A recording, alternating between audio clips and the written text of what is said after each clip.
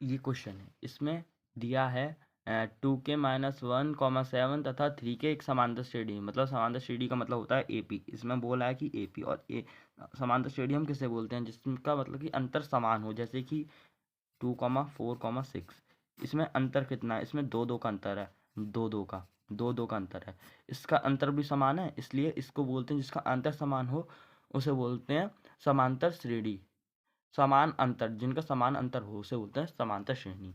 और जैसे जो अंतर होता है जैसे कि इसमें 2 का अंतर है, 2 का अंतर है, तो इसको बोलेंगे अपन डी।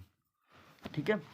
अब इसमें बोला क्या है कि 2k-1, 7 तथा 3 के समांतर श्रेणी में, समांतर श्रेणी, तो समांतर श्रेणी हो गया ये, तो इसको हम लिख लेंगे ए पी।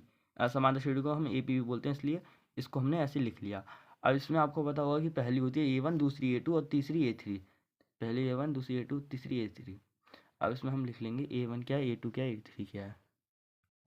तो ये हमने लिख लिया। तो इसमें अब हम ऐसे भी तो कर सकते हैं कि डी इक्वल, इसमें हमको क्या पूछा है, इसमें हमको पूछा है के का मान पूछा है, हमको क्या पूछा है, के का मान। तो इसमें हमको के का मान पता करना है, तो इसमें हमने लिख लिया डी इक्वल टू डी। इसलिए हमने इसलिए लिखा कि ये हमने इसलिए लिखा डी इक्वल टू डी, क्योंकि अंतर, क्योंकि डी बराबर है डी के।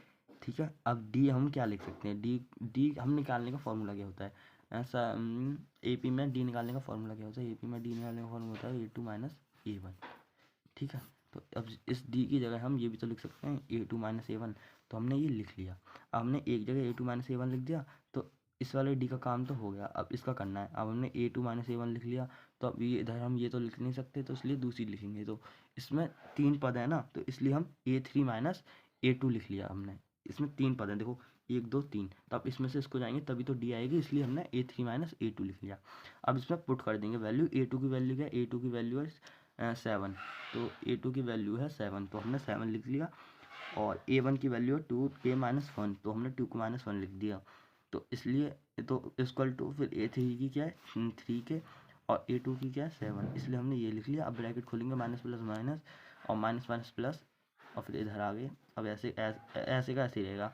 तो अब 7 और 1 को जोड़ेंगे, क्योंकि ये प्लस प्लस में प्लस होंगे, तो 8 आ गया, -2, ये ऐसे एज इट इज ऐसे ही रहेगा 8।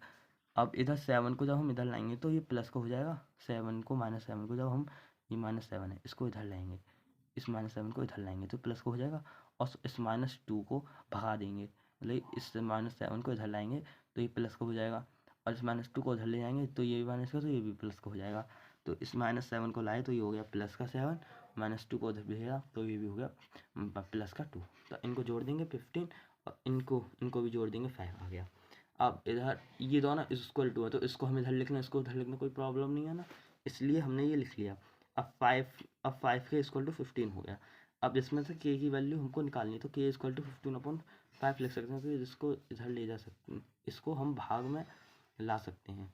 तो इससे इसको के इक्वल टू 15/5, अब 5 का 15 भाग देंगे तो आ गया 3, तो के इक्वल टू 3 इसका आंसर आ गया। ठीक है।